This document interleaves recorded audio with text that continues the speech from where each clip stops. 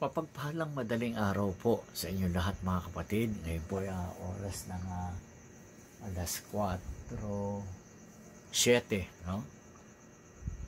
4 a.m., 4 and 7 a.m. in the morning. Kasi po nagising ako kanina madaling araw, alas 3:01, no? At puro mga mensaheng dumating po sa akin para po sa inyo lahat, no? Una sa lahat, taas po muna natin sa amang gawain ito, sa ngalan ng Diyos Ama, Diyos Anak, Diyos Espiritong Banal.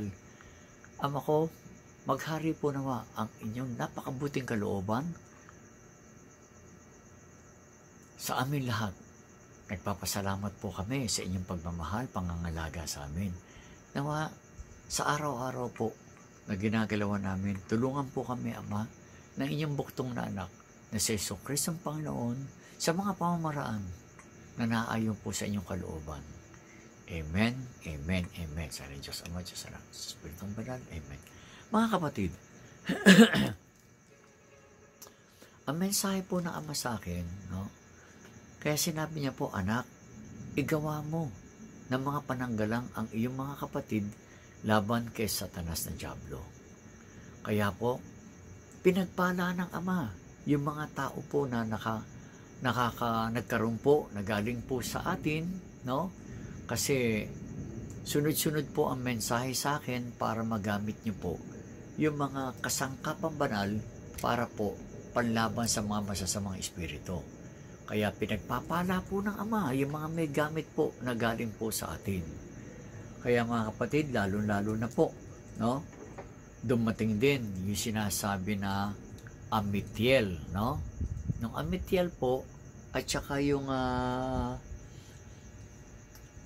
Holy Infinite Power, no? Meron pong Holy Infinite Power na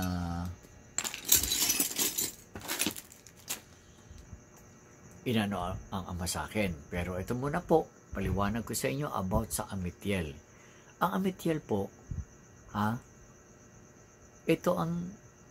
ito po ay banal na pangalan ng Ama sa Sator. Banal na pangalan ng Ama na isang anghel sa Sator. Kasi po meron po 25 pangalan ng Ama na anghel sa Sator. Arepo, Tenet, Opera, Rotas. Para malaman nyo, ang kahulugan po ng Sator, Arepo, Tenet, Opera, Rotas ay Our Father, the beginning and the end. Galing po ito sa Pater Noster, Alpha, Omega. Nangangahulugan sa Tagalog, ito po ay Ama, ang simula at ang wakas. Yun, the beginning and the end. Yun po. Ngayon, ang taglay po ng pendant na ito, ang taglay po nito ay nagkakaloob ng kapayapaan. Nagkakaloob din po ng katotohanan at nagkakaloob din po ng pag-ibig. Kasi po mga kapatid, dapat po tayong lahat sa buong mundo, no, maghari po ang kapayapaan, no, kasi nga po wala nang hinto ang mga alagad ni Satanas na Diablo magpalaganap ng kaguluhan. Kaya po nila tinutokso nito yung mga mahihina po, tinutokso nito para po maging masama, para makagawa ng gulo. Kaya maghahatid po sa inyo ang pendant na ito, ang ating espiritu ay talaga po naghahanap ng katotohanan. Kaya po, kapag meron po kayo, magiging totoo, no? Ang maghahari sa inyong pagkatao bilang templo ng Diyos, mga kapatid. Kaya yung mga kasinungalingan po, hindi po yan matatatak sa atin, no? Kaya po magkakaroon tayo ng pag-ibig sa ating kapwa. May mensahe po ang Ama para po sa inyo lahat, no?